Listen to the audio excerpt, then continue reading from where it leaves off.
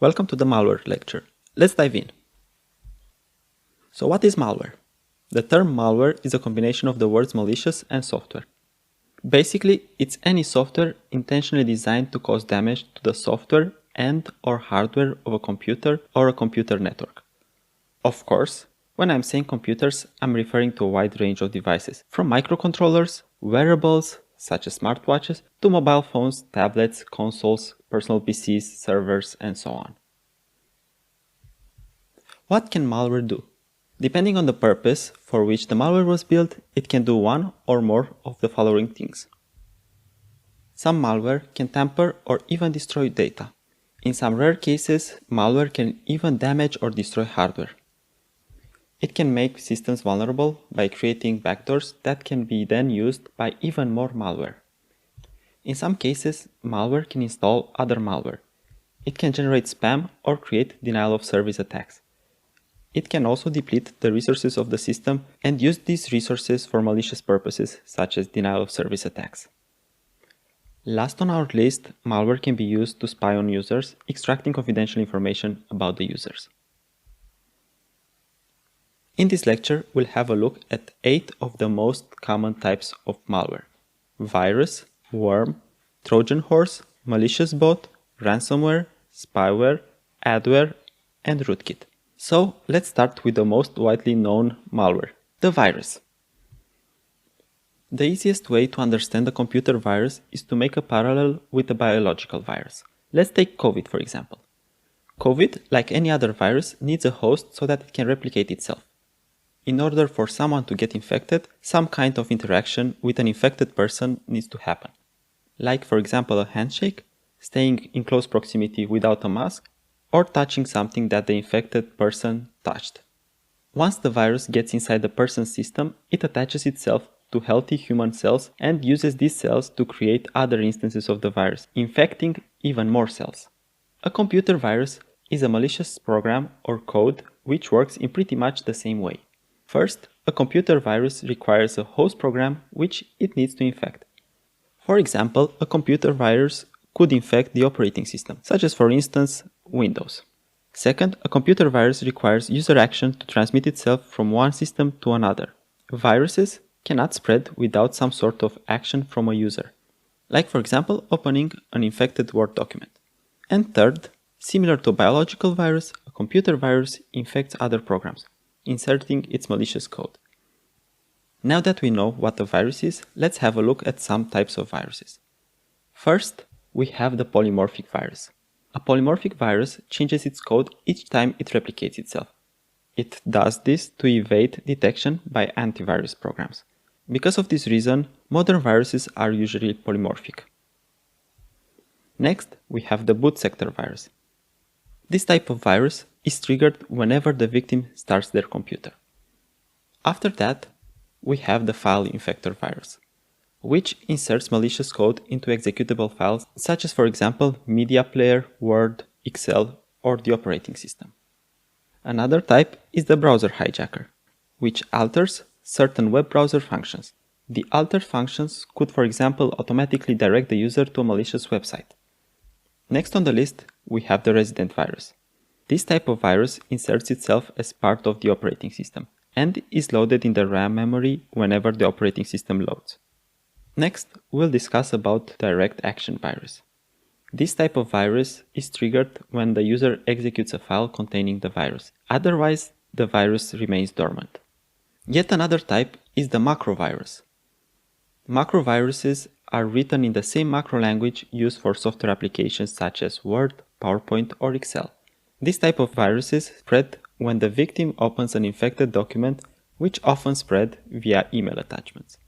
Last on our list is the multipartite virus. This kind of virus infects and spreads in multiple ways. For example, such a virus can infect both document files as well as operating system files. Another famous type of malware is the computer worm. What exactly is a worm?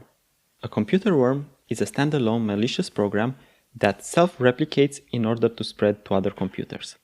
A worm can replicate itself without any human interaction and is a standalone program. So, a worm does not need a host. let's have a quick look at some worm types grouped by means of spreading. First type is internet worms. Internet worms scan the network using infected computers in order to find other vulnerable computers. If such a computer is found, the worm will then attempt to connect and infect the vulnerable machine. Next, we have email worms, which spread through email messages which contain malicious attachments or links to malicious websites. Yet another type is instant messaging worms, which spread by sending malicious links via instant messaging applications. Last on our list is the file-sharing network worms, which place a copy of themselves in a shared folder and spread via peer-to-peer network. Let's also have a brief look at a concrete computer worm example, Stuxnet. Stuxnet is a computer worm first discovered in 2010. It targeted the programmable logic controllers, which are industrial control systems used for industrial processes such as the centrifuges used for separating nuclear material. Stuxnet exploited several zero-day vulnerabilities in Windows and infected over 200,000 computers. It is reported that Stuxnet caused over 1,000 machines to physically degrade, ruining almost 1/5 of Iran's nuclear centrifuges. Next, we'll discuss the Trojan horse malware. Similar to the Trojan horse of the ancient Greek story, a Trojan horse or a Trojan is a deceptive malware which misleads the user of its true intent. Trojans usually spread through social engineering, for example through malicious email attachments or from malicious websites. As opposed to viruses and worms, Trojans do not attempt to propagate themselves. Let's explore some Trojan types. First on our list, we have the backdoor Trojan, which gives malicious users remote control over the infected computer. Depending on the Trojan, this enables cybercriminals to do things like send, receive, and delete files, launch programs, or display data. Backdoor Trojans are often used to create botnets that can be used for cybercriminal purposes. Another type that's running on the victim's computer. Next on our list is the Trojan Banker, which, as you already probably guessed from the name, is designed to steal credit card information or the credentials for online banking systems. Yet another type is the Trojan Distributed Denial of Service, or Trojan DDoS, which is used to conduct denial of service attacks against targeted web applications. You will learn more about denial of service attacks in another lecture. Now, let's talk about the Trojan Downloader and the Trojan Dropper. These Trojans are used to install other malware in the infected machine, such as other Trojans or viruses.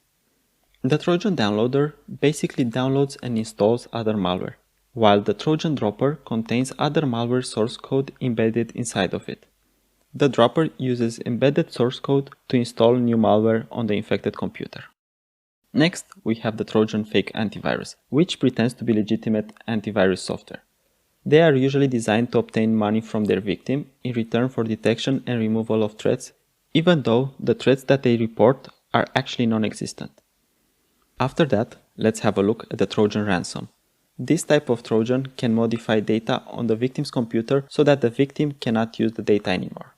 The cybercriminals will only restore the data after ransom money is paid. Last on our list is the Trojan Spy, which, as the name implies, spies on the victim. For example, it can do that by tracking the data entered via the keyboard, taking screenshots, or getting a list of the running applications. Let's move on to the next malware, the malicious bot. First, in order to define what a malicious bot is, we have to know what a bot is. A bot is a software application that runs automated and repetitive tasks.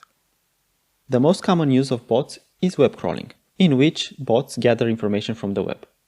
Another type of bots are chatbots, which are used more and more recently. These kind of bots are often used by organizations to automate part of the support offered to customers. Okay, now that we know what a bot is, we can have a look at the malicious bot. As the name implies, it's a bot used for malicious purposes.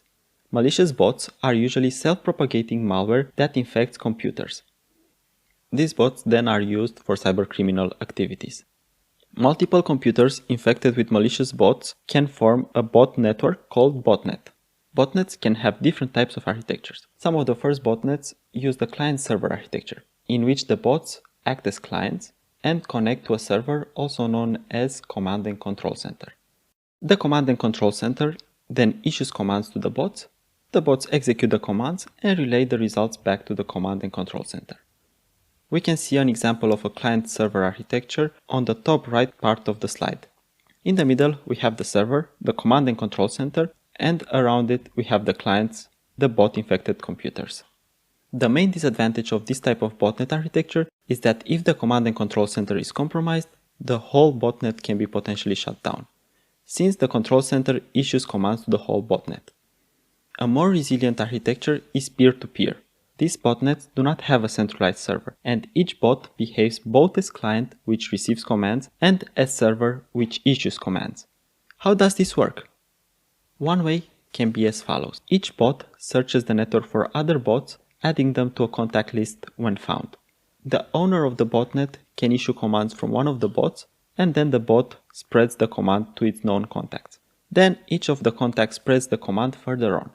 In order to make sure that the commands are genuine, the owner of the botnet can use a secret key to digitally sign the commands. This way, the bots can verify that the command is indeed genuine. We can see an example of a peer-to-peer botnet in the bottom right part of the slide. Each computer in the diagram is infected with a bot.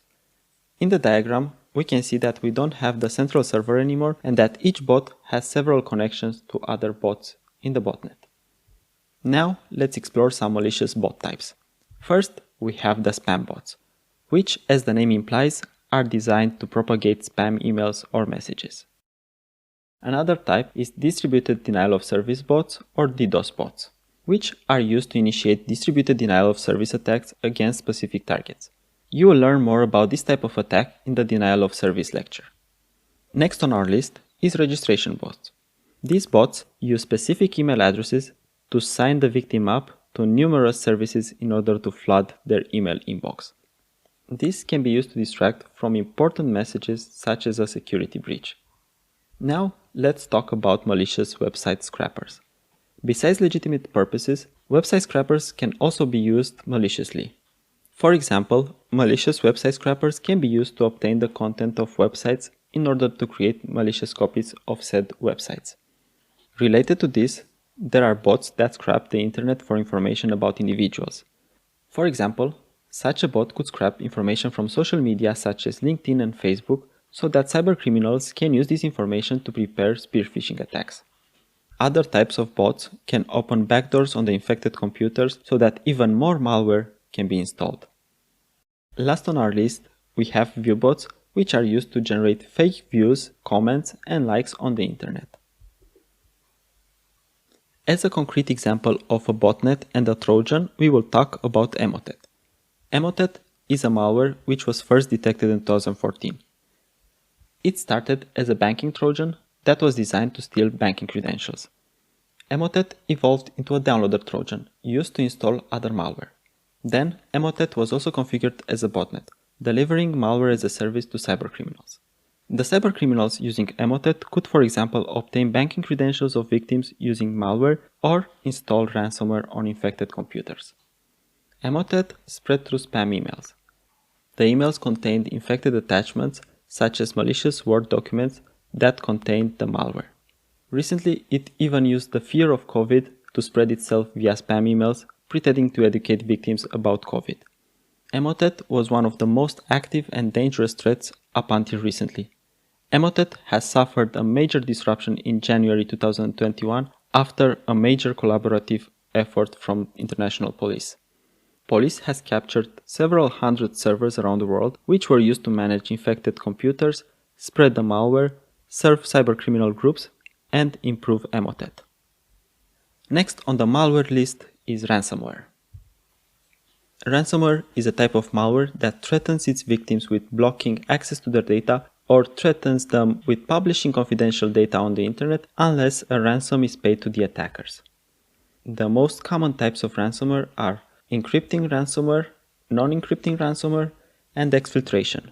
The encrypting ransomware basically encrypts the victim's data, making it unavailable to anyone. Then, the cybercriminals behind the ransomware ask for a ransom in order to provide the decryption key to the victim. Using the decryption key, in theory, the victim can decrypt the data and have access to it again.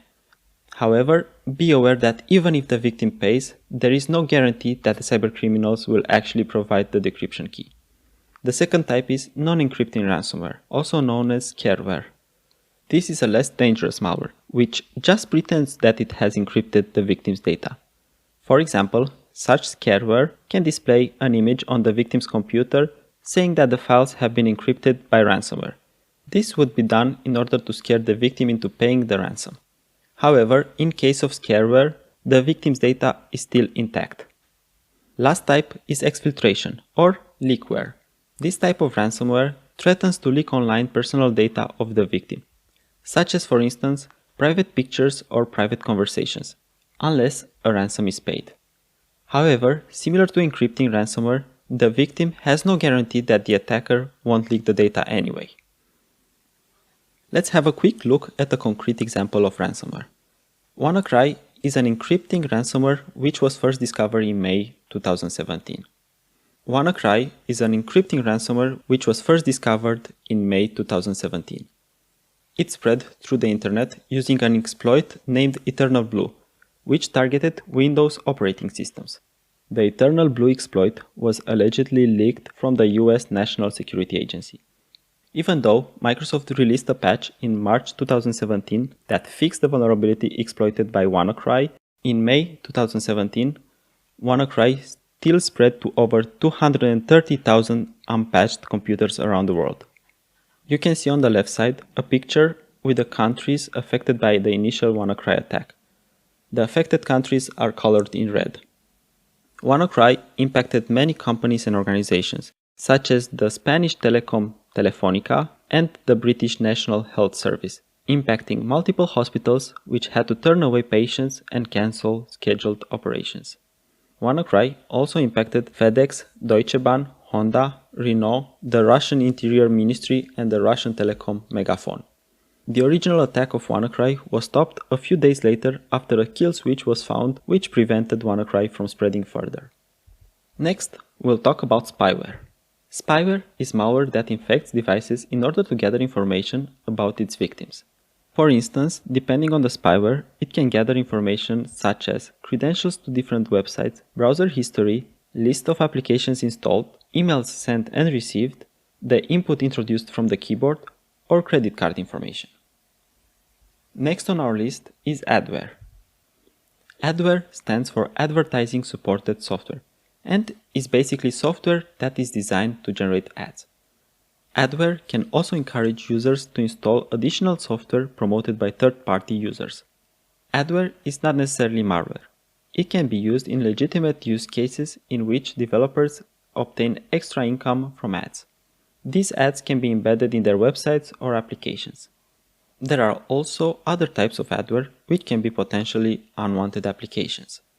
First, we have legal but abusive or deceptive adware. This type of adware might make it difficult for the user to opt out of installing additional software. Also, in this category we might have adware which displays ads that might redirect to malicious websites. In these cases, the creator of the adware might not be aware of the malicious third-party ads. Another type of abusive but legal adware is adware that produces excessive ads. An example of such adware can be a browser toolbar that bombards you with ads. Finally, we have illegal, malicious adware, in which the adware intentionally distributes malware or links to malicious websites. This type of adware is often accompanied by spyware. Last on our list is rootkit.